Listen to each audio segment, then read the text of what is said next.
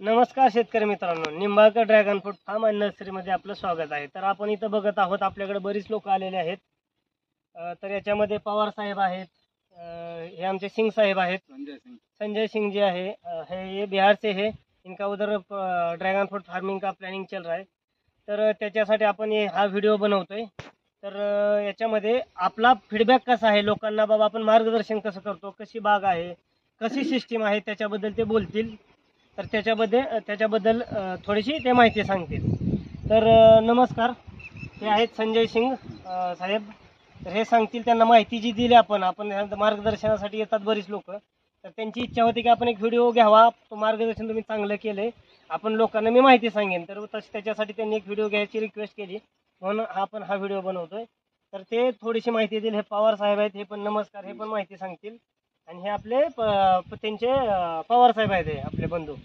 हे पण काय सांगतील, भाऊ कशी लोक येतात, कसं त्यांचं मार्गदर्शन भेटतं त्यांना आणि काय माहिती भेटते ते।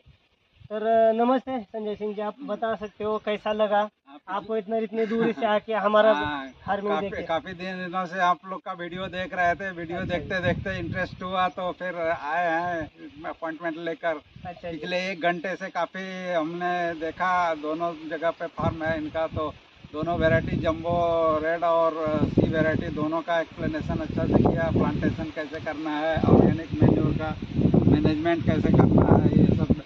रेन अगर वाटर लॉगिंग हो जाता है तो उसका मैनेजमेंट कैसे करना है, ठंडक ज़्यादा हो जाता है, जाड़े के दिन में अगर टेम्परेचर डाउन होता है तो उसका मैनेजमेंट कैसे करना है, ये सारी बातें इन्होंने बहुत अच्छे से समझाई है। बहुत मैं सेटिस्फाइड हूँ। अच्छा जी, थैंक यू जी, धन्यवाद फॉर विजिटिंग आवर फार्म। इधर आने के लिए इतनी दूरी से इतना देखने के लिए। फार्म 2-4 प्लॉट है, उसमें भी आपको एक काली मिट्टी का प्लॉट ये दिखाया और पथरीली मिट्टी का भी प्लॉट दिखाया। धन्यवाद जी, फीडबॅक देने के धन्यवाद। तर हे आहेत पवार साहेब, हे पण सांगतील, त्यांना बाबा माहिती दिली आपण, ती कशी वाटली त्याची पण माहिती सांगतील ते। तर नमस्कार साहेब, तुम्हाला कसं वाटलं आमच्या फार्मवर व्हिजिट देऊन? कसं चांगलं वाटली। रोपं लावताना आपल्याला कसं कसं विजिट करावं लागेल? तर ह्याच्यामध्ये रोपं लावताना तुम्हाला एक प्रोसेस असते।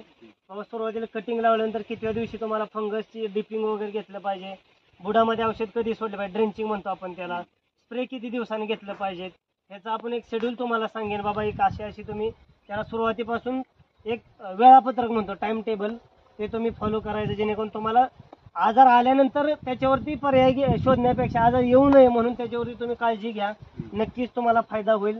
तुम्ही टप्प्याटप्प्यानं तुमचं जे क्षेत्र आहे त्याच्याकडे काळजी द्या, तुम्ही वाढवत जावा आणि तुम्हाला नक्कीच ह्या गोष्टीमधून फायदा होईल। तर तुम्हाला ही इन्फ्रास्ट्रक्चर वगैरे कशी वाटली, माहिती जी आपली आहे, की स्ट्रक्चर कसं वाटलं तुम्हाला?